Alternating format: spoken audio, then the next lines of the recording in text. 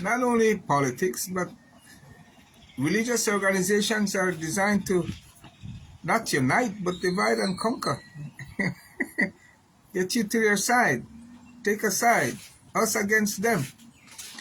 People are, don't be confused, but people are born spiritual, okay? For they are God breed. The same identities they form, the more identities they form, the farther away they drift from their spiritual core. For the wearing of ID badges is what makes a person discriminate and discriminatory instead of remaining like God, who is impartial. So, religious and political organizations by design are structured as them against us, having an agenda to woo people to their side, to follow and attain membership, and so as not to become marginalized, they seek to gain popularity by waving their banners, banner of unity, which is likened to Donald Trump saying he will reopen the Strait of Hormuz when it was open before he interfered, before he took it to war together with Israel against Iran, so as to control it. Therefore, the key to unity really is for individuals to return to their spiritual core nature, for they are God-breed, they are born spiritual, but it's the wearing of ID badges that drifts them away. The key to unity is not religion nor politics. The religion is not there to unite people, nor is politics, rather to divide and woe people to a side. You don't need religion, you don't need politics. It's like the salt that you put in your beans, but you don't have to identify. You can associate without, but you don't have to discriminate when you associate. You associate without getting entangled. That's what I do. You simply keep your humanity lit. For in keeping your humanity lit, you already have integrity, and so there's no need really for morality.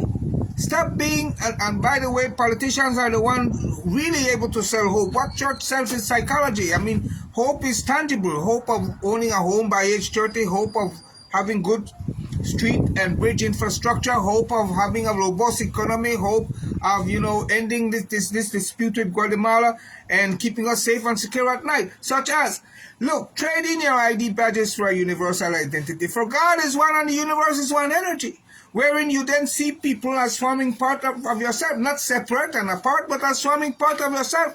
For you can only say that you have your own body and mind, but no one, absolutely no one can say she has his own life.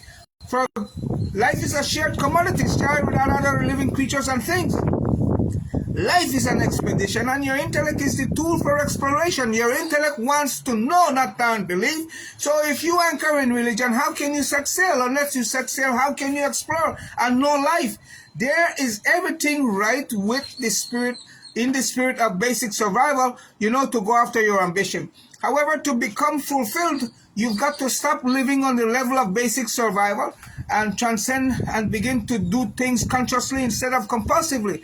Therein you go then from only having an ambition to having a larger ambition, which is really a vision.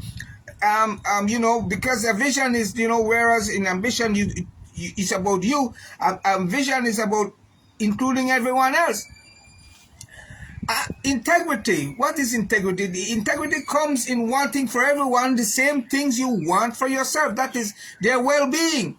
Not wanting to be one up on someone else or everyone else, but wanting and demanding that which is your right, that which is already enshrined, i.e. in our beliefs constitution, equal right, which comes with equal opportunity.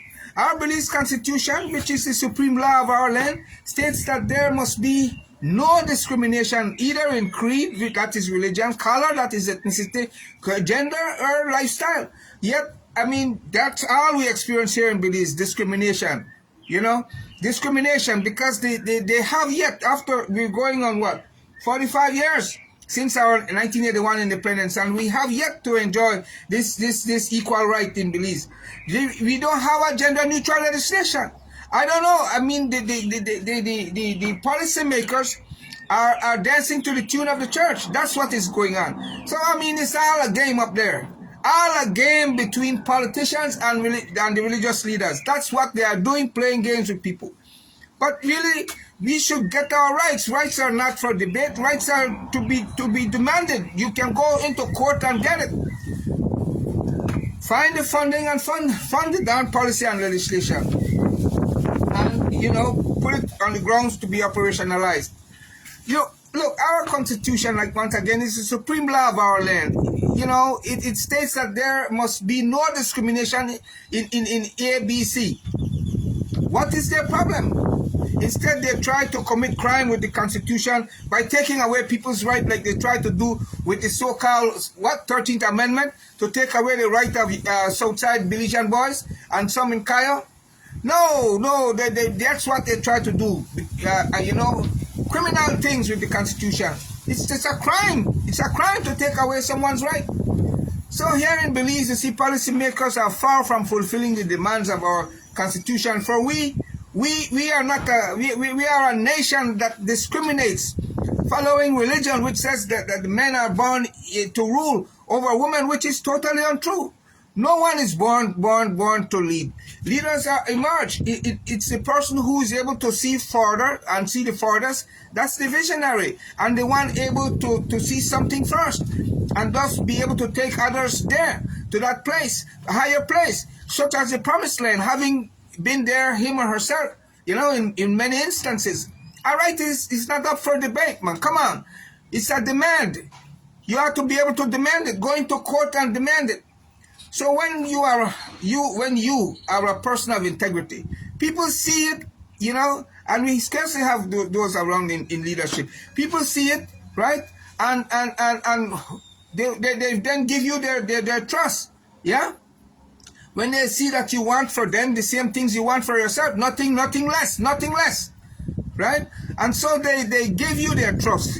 It's only when people don't trust you, politicians, and trust you, so that they demand promissory notes, demanding things in writing. Wars are not caused by so-called good versus evil, It's when a person says, I'm willing to die for what I believe. That person is also saying on the back end, I'm willing to go to war to kill if needs be, because on the back end of saying I'm willing to die, it's exactly saying I'm willing to kill if needs be. Conflicts start with individuals. It's whenever the individual fails to resolve the conflict within him or herself that she then takes it outside. We're done here. We're done. Have a good one. Ayo.